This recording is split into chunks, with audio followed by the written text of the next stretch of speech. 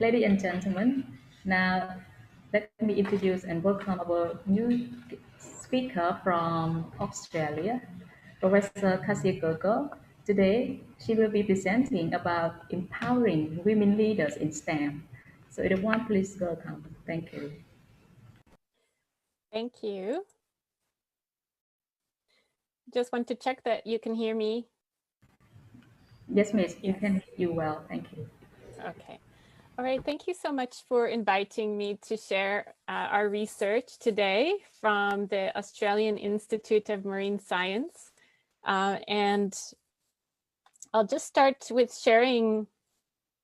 Do you have the slides view available to you?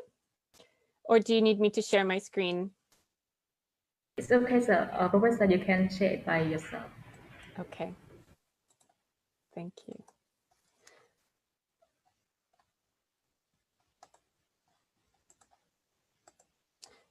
Okay. So this project, I just want to introduce that this was a project that was carried out at the Australian Institute of Marine Science. It was carried out by Learning Partnerships, and the research was done by James Cook University. So I'll share with you a little bit about my background. Thank you, by the way, for calling me a doctor. I have to just tell you, I'm not a doctor or a professor, but I am working internationally with leaders around the world as a leadership coach, and I work with all levels of leaders, from frontline managers, aspiring leaders, to C-level executives. And this was an opportunity for me to be working with female scientists. My background is actually in the sciences.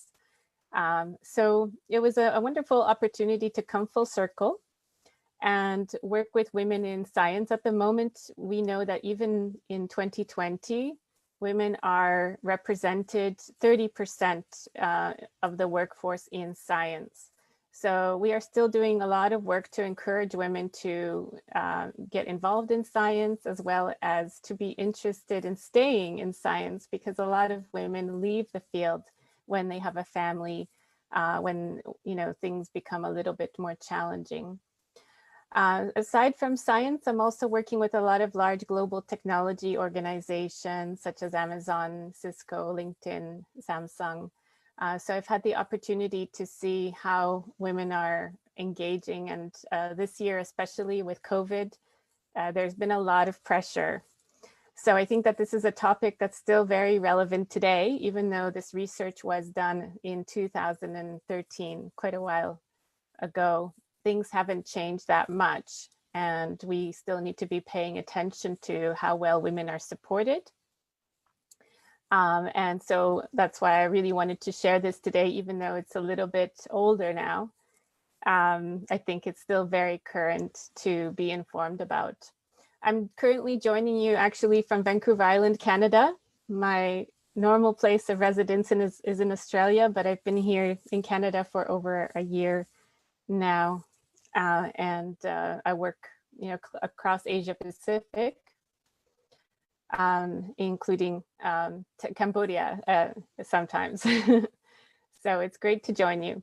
So this is a picture of the Great Barrier Reef, because a lot of the female scientists that I was working with are working on the Great Barrier Reef. And to give you some context, sometimes they spend about 3 weeks on a boat actually researching, and they're not always available to be in an office. So our coaching sessions were done by phone, sometimes remotely onto their location in the boat. Some of them were done face-to-face, but a lot of the work that we did was virtual. So even though it was much earlier than during this pandemic, we were doing a lot of work virtually, and it was very, very effective and very helpful. So the Marine Science Institute is located in Townsville, Australia, in the north of Queensland. And this is where we conducted a lot of the workshops that were done face-to-face, and then the coaching side was done virtually. So this is just showing the beginning of the journey when we started. This is in front of the Australian Institute of Marine Science, the very first day that we were starting a workshop. And then the final stage was submitting this book chapter to Coaching and Mentoring in the Asia Pacific, which was published in 2018. And to let you know the other people that were involved here, just because I cannot claim to be responsible for all of this work that was done. The director and founder of Learning Partnerships was Sue Hubbard. Then David Pierce was the program creator, and Anna Blackman at James Cook University is the associate professor who actually did all of the research surveys for us. Normally, we don't actually have the pleasure of working with a university who is able to carry out this kind of research. So we are very happy to have Anna join us on this project to share with us, some of her findings. So this was one of the articles that actually inspired this project. It was in Nature magazine, and it was talking about women scientists and the fact that women were being paid less, promoted less, winning fewer grants, and were often leaving research, especially if they had a family. They were leaving research twice as frequently as men who were in the same situation. And so the Australian Institute of Marine Science decided to do something about this, and they decided to put together a coaching program to support women to be more empowered in the workplace and to explore the opportunities that they might have for advancement to C-level executive roles. And they were women in various parts of the organization. So they were definitely in scientific research, both in the field and the laboratory, but as well other functions such as human resources and finance to explore their opportunities across the whole company and to create stronger levels of engagement as well. And the premise of this project was that equality is about choice, and that giving these women choices was really the essence of creating empowered women in the organization. And so a key part of this design was creating an open agenda for women to be able to choose what they wanted to talk about in their coaching sessions. And it was confidential. So the organization didn't give any topics or any or share any subjects that they wanted the women to be coached on. It was all driven by the women themselves to choose the areas that they felt would be the most helpful for them. And the coaching was really focused on them bringing situations that they were facing, challenges that they were facing, and it could be both in the workplace as well as personal. And we were looking at potential opportunities for development for specific actions that they could be taking to improve their situations in that moment. So it was very much driven by asking questions and helping women to find their own solutions to the situations that they were facing. The only exception to that was that actually finding a mentor in their field was a predefined goal for this program. So this was part of what we were coaching them on, was to actually identify a mentor who they could really work closely with, who would be able to share, more from their own experience. And then the coaching was more general in nature to support them in all other areas. And the idea was really to support these women, to keep them retained in science and help them with work-life balance and things like that as well, not just workplace-related challenges. So we did 3 workshops in total. The first workshop was to introduce what coaching was and to talk about neuroplasticity, the idea of neuroscience, and to explain that that it was possible to change things like our beliefs about work, about communication, about other people we're working with, about themselves, and that by changing these beliefs, they could actually potentially create a better situation for themselves. So things like habits, you know, if they were used to having habits that weren't working for them, they learned in this workshop that they could change those habits, and that it wasn't, for example, genetically defined, that their brain was a certain way. And for some of these women, even though they are scientists, this was a new concept for them at the time in 2013.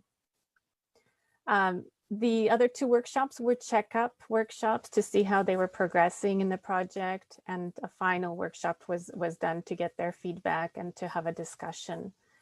And then in between, they had coaching sessions, and each person had 6 coaching sessions in total.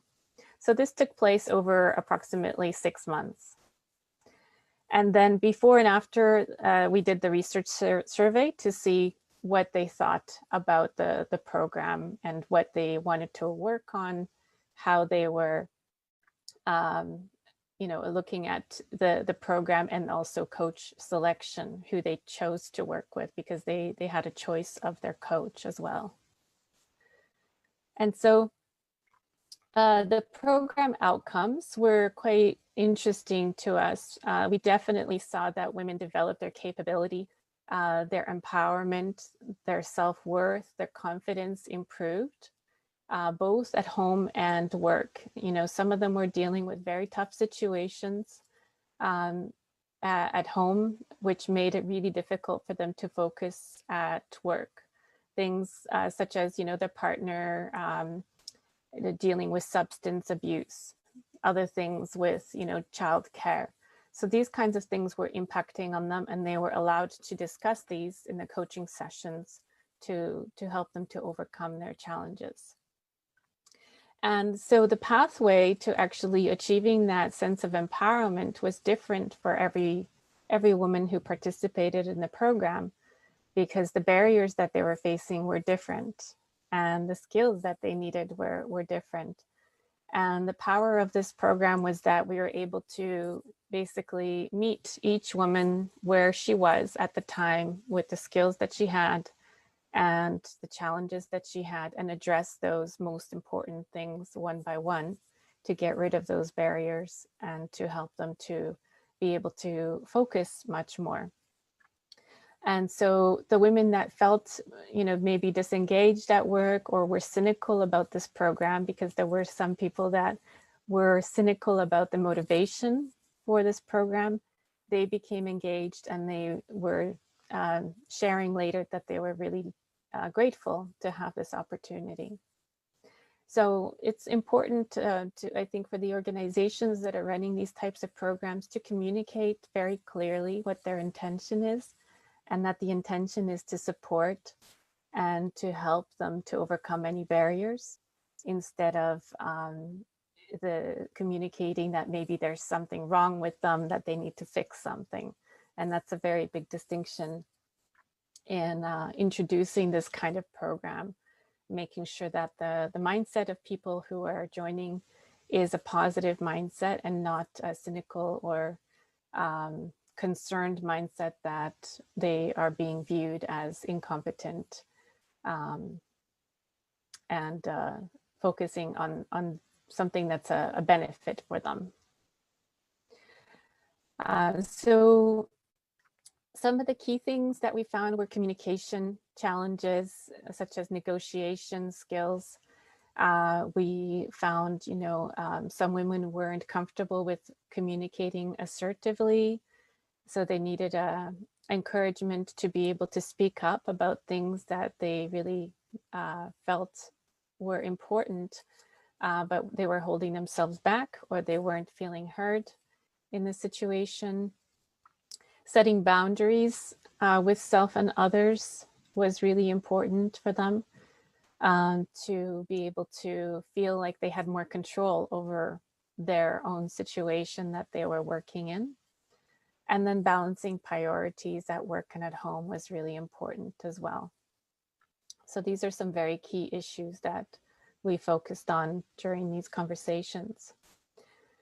And there were a few different areas that we looked at. So the one that was seen as the most important by the women was personal development, and they felt much more self-aware. So I shared some of the benefits in their own words that the women shared with us in the survey, that they felt they had much greater perspective, personal satisfaction with work, that they felt that it was okay to take a risk, and that they felt more inspiration to deal with change. These were really mostly focused on self-awareness and just understanding that they were competent to deal with the situations that they were running into.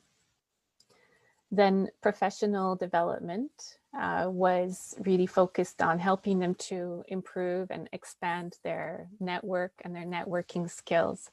One of the biggest things that I see as a coach, actually, for both men and women, is that people don't invest enough time in their relationships and building their network to be strong enough when they need to rely on it.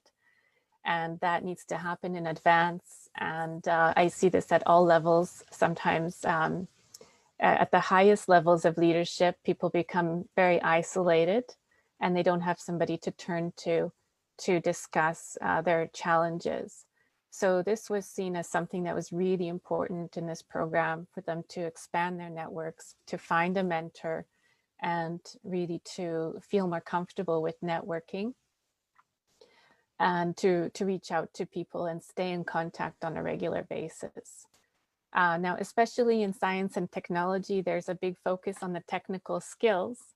So this was important because we were really focusing more on relationship building skills and what you call soft skills sometimes, which are extremely important for being able to advance in their career.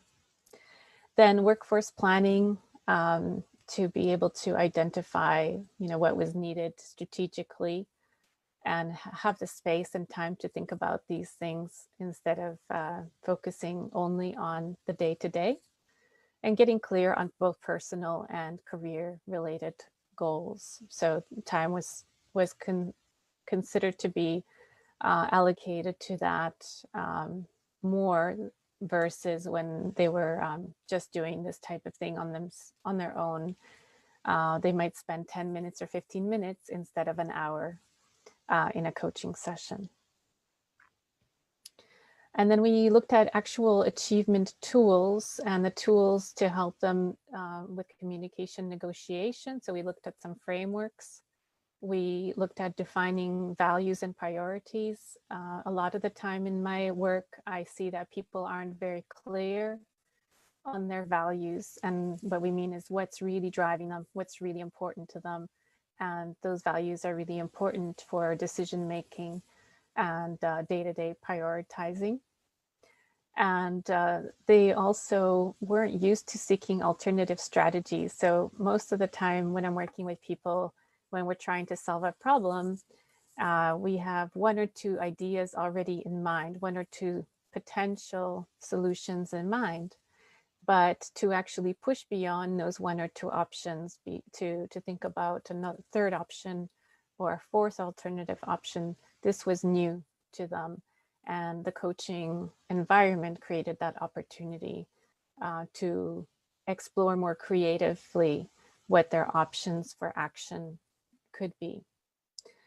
And then to identify where they could find information, who they could reach out to for other information, to find links. So becoming much more comfortable with identifying information sources as well.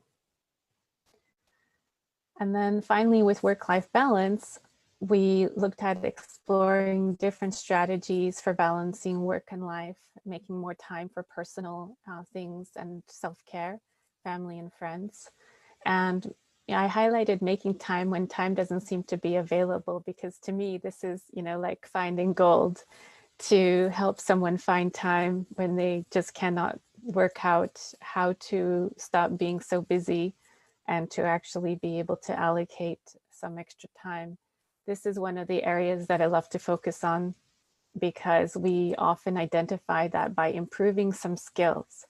So for example, for the women who were managing, people by improving their coaching and mentoring skills, by improving their trust in other people, by being able to delegate more and work more closely with their staff. They were able to free up some of their own time and to find more focus for themselves, and things like ability to spend more time with their family or do some exercise all of a sudden became possible.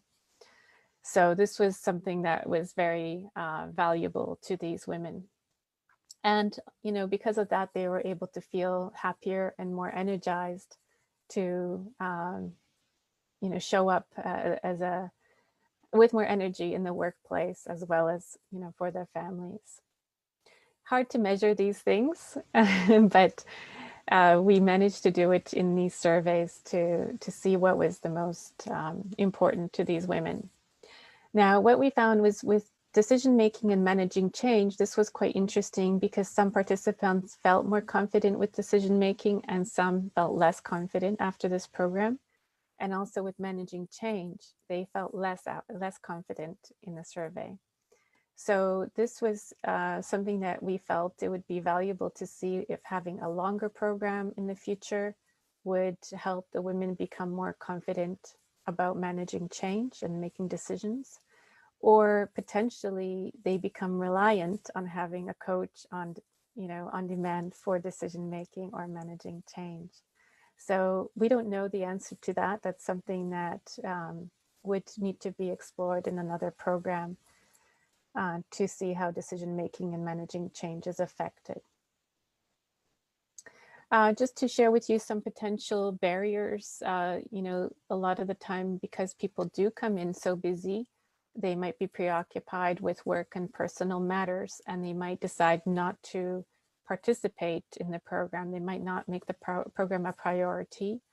And that's why that very clear explanation as to why this program is being provided, making sure that they understand the value of this. I work with people who are very, very committed when they have a coach assigned to them, and they do absolutely everything to attend a coaching session. And then other people don't value that as much. And having that opportunity up front to explain what this is all about, to make sure that value is built at the beginning, makes a huge difference, I find. Of course, trusting the organization and understanding why this is being done is a very important part of that. To share with you a little bit about the coach matching, what we were looking at were characteristics that people found valuable, the women found valuable before and after. So before, they said that they wanted a coach who had good communication skills, empathy, experience, knowledge, and to be insightful.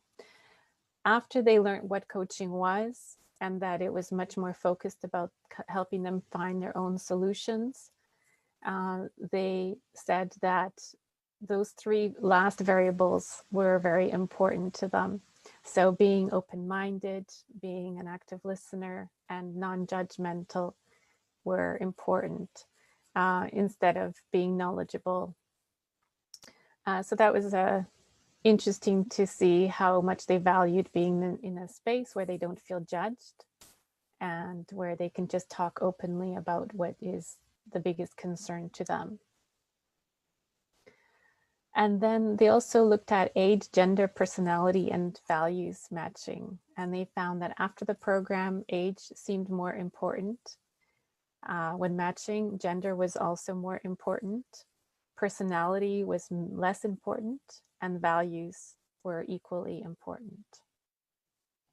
And I think when it comes to values, it's that idea of being open-minded and making sure that we don't put our values on the person that we're working with, and instead make sure that they, guide themselves according to their values and what's important to them. So that just brings us to the key lessons that we learned: that control and influence improved, that achievement was not actually defined by advancement, but by the ability to choose their own career path and development opportunities. We found that some women had no interest at all in becoming a C-level executive, and that the stage of life was very important. You know, the ability to be able to improve their work-life balance seemed to us that it was a much more important factor for these women at the stage of life that they were in, instead of focusing on promotion. And we found that coaching was very effective in helping them to build and strengthen their skills, that by helping them have that choice to focus on what was the most pressing for them in each session, that they were able to develop the skills they needed just in time, you know, not in advance, but just when they needed them.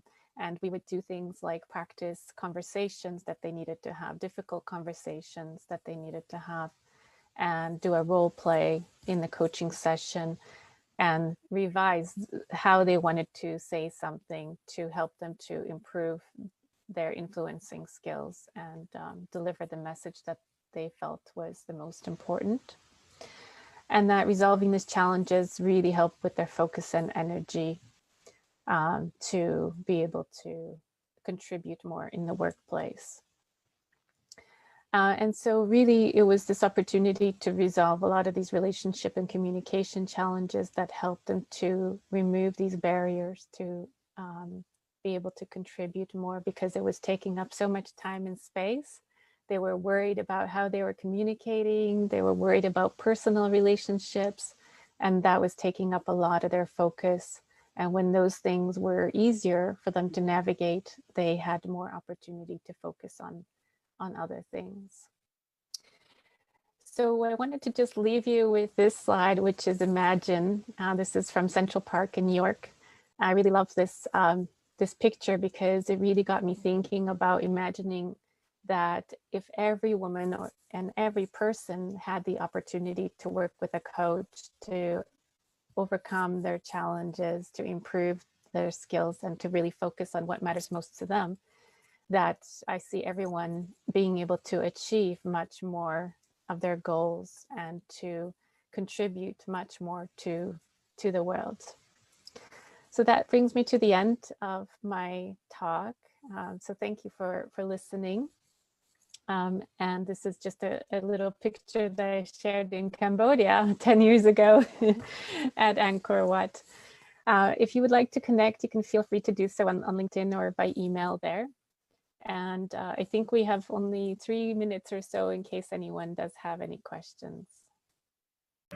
Thank you so much, Kasia, for sharing a good topic. And I really like your topic because about empowering women in STEM, especially for science. Okay, My now, pleasure. okay, now, Kasia, let me read the question from the audience for you. So the first question from Chanti. She stated that I found that women still discouraged from surrounding. So, to what extent women can encourage from people around them? What can they do to prove that they have enough ability to do things?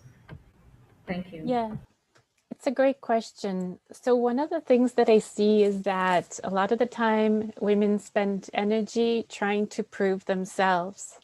And actually, a lot of the benefit that you can gain is by creating stronger relationships and helping to encourage everyone around you. So other women, other people around you, by being a nurturer, by supporting other people's efforts, by supporting other people's goals, you are proving yourself. The focus is often on ourselves. You know, I need to prove myself. This is more driven, I think, by the desire to prove that we are worth it, that we are worth something. And I think that women need to know that they are worth something. Everyone needs to know that they have great things that they are bringing to the world. But the most powerful thing, the most powerful influence that you can have is by supporting other people, not worrying so much about what other people think about you, because that takes up a lot of energy.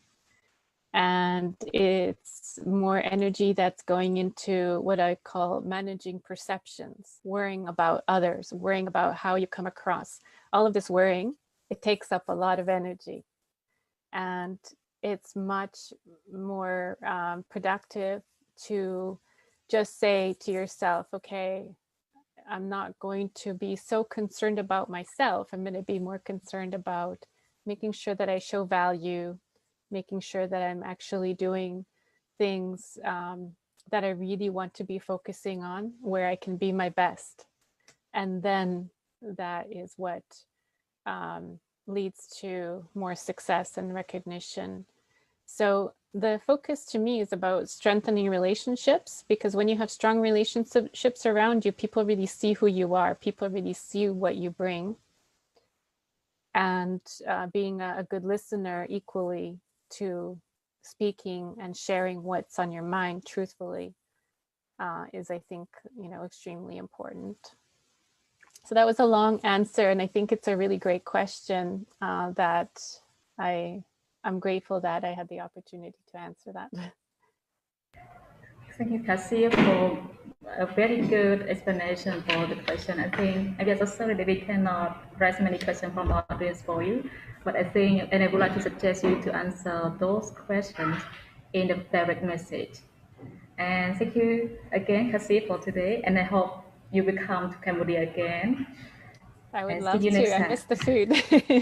Thank you so much for having me. See you Great to next be time. here. Thank you. Take care. Okay.